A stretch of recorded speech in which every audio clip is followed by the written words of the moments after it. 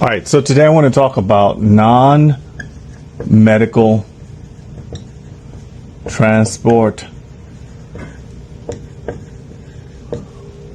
services.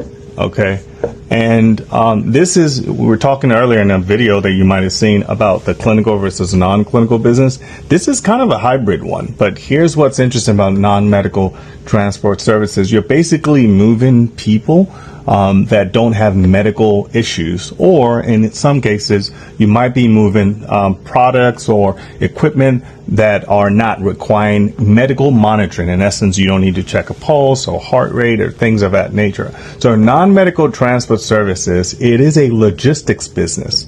Okay, you're running a logistics business, and knowing that it's a logistics business, there are still three things to keep in mind. Number one is licensure.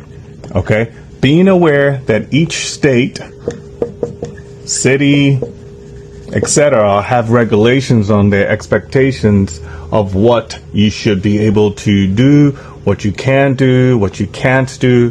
Licensure would determine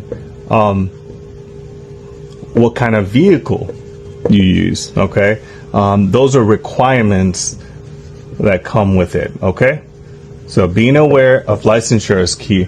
The second thing you want to be aware of is contracts. Okay, so contracts is kind of how you make money, right? So if you have a contract with maybe hospitals or maybe labs or maybe acute rehab units, skilled nursing facility, these are all the different places you might be able to have contracts with, and the contract determines the dollars, because what you have in contract will determine what you're going to charge, which brings us to the third thing, which is reimbursement. Okay, and reimbursement in non-medical transport services is slow. Say it with me, it is slow. So you have to have strong cash flow, and call it cash for days, because you might not get paid for 60 days, in some cases 90 days, depend on what kind of contract you have and what kind of entity you're working with. If you're working with a larger system, sometimes they slow pay. Smaller ones, it's interesting, you would think is the other way. The larger systems sometimes slow pay.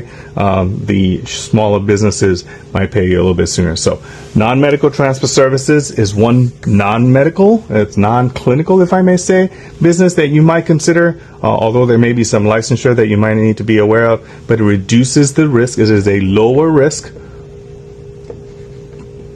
It's a lower risk medical business, somewhat low capital as well. Thank you.